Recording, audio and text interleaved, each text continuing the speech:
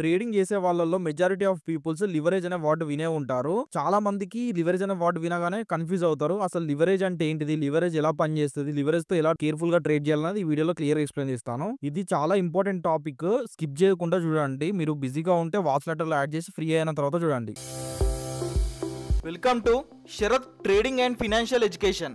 Leverage అంటే ఏంటంటే ఈజీగా చెప్పాలంటే మీరు ఏదో ఒక బ్రోకర్ దగ్గర ట్రేడింగ్ చేస్తారు కదండీ. ఆ బ్రోకర్ దగ్గర మీరు కొంత అమౌంట్ లోన్ తీసుకుంటున్నారన్నమాట. ఎందుకు? పెద్ద పొజిషన్స్ బిగ్‌గా ట్రేడ్ చేయడానికి. ఎగ్జాంపుల్ కి మీ డీమాట్ అకౌంట్ లో ఒక 10,000 రూపీస్ ఉన్నాయండి. కానీ మీ బ్రోకర్ ఏం చేస్తున్నాడు? ఒక 1:10 లివరేజ్ ఇచ్చాడు. దాని అర్థం ఏందంటే మీ దగ్గర 10,000 ఉంటే మీరు 1,00,000 వర్త్ అమౌంట్ తో ట్రేడ్ అనేది చేయొచ్చు. సో లివరేజ్ వల్ల చిన్న అమౌంట్ స్మాల్ క్యాపిటల్ తో బిగ్ పొజిషన్స్ బై చేయడం, సెల్ చేయడం చేయొచ్చండి. ఇది ఎలా వర్క్ అవుతదంటే సపోజ్ మీకు 1:5 లివరేజ్ ఉంది. మీనింగ్ మీ దగ్గర 1 రూపీ ఉంటే ఇంకా 4 రూపీస్ మీకు బ్రోకర్ ఇస్తున్నాడు. మీ క్యాపిటల్ 20,000 అంటే లివరేజ్ వల్ల 1,00,000 రూపీస్ వర్త్ పొజిషన్స్ మీరు బై అండ్ సెల్ చేసుకోవచ్చు. ఇది ఇండియన్ స్టాక్ మార్కెట్ లో ఉంటది, ఫారెక్స్ మార్కెట్ లో ఉంటది, కమోడిటీ మార్కెట్ లో కామన్ గా యూజ్ చేస్తారు అందరూ. లివరేజ్ ప్రాఫిట్స్ ని ఎక్కువ చేస్తది. సేమ్ టైం లాసెస్ ని కూడా ఎక్కువ చేయడానికి పాసిబిలిటీ ఉంటది. ఎగ్జాంపుల్ క్రూడ్ ఆయిల్ లో 1 రూపీ మూవ్ అంటే 100 రూపీస్ ప్రాఫిట్ ఆర్ లాస్ అని అనుకుందామండి. మీరు లివరేజ్ లేకుండా 20,000 తో ట్రేడ్ చేస్తే 2 రూపీస్ మూవ్ వల్ల 200 రూపీస్ ప్రాఫిట్ రావచ్చు, 200 రూపీస్ లాస్ రావచ్చు. కానీ లివరేజ్ 1:5 తో 1,00,000 రూపీస్ వర్త్ ట్రేడ్ చేశారు అనుకోండి, 20,000 పెట్టుకొని 2 రూపీస్ మూవ్ పాజిటివ్ అయినా నెగిటివ్ అయినా, పాజిటివ్ అయింది అనుకోండి 1,000 రూపీస్ ప్రాఫిట్ వస్తుంది, నెగిటివ్ అయింది అనుకోండి 2 రూపీస్ మూవ్ 1,000 రూపీస్ లాస్ వస్తుంది. దీన్ని బట్టి మీకు ఏం అర్థమైంది? లివరేజ్ వల్ల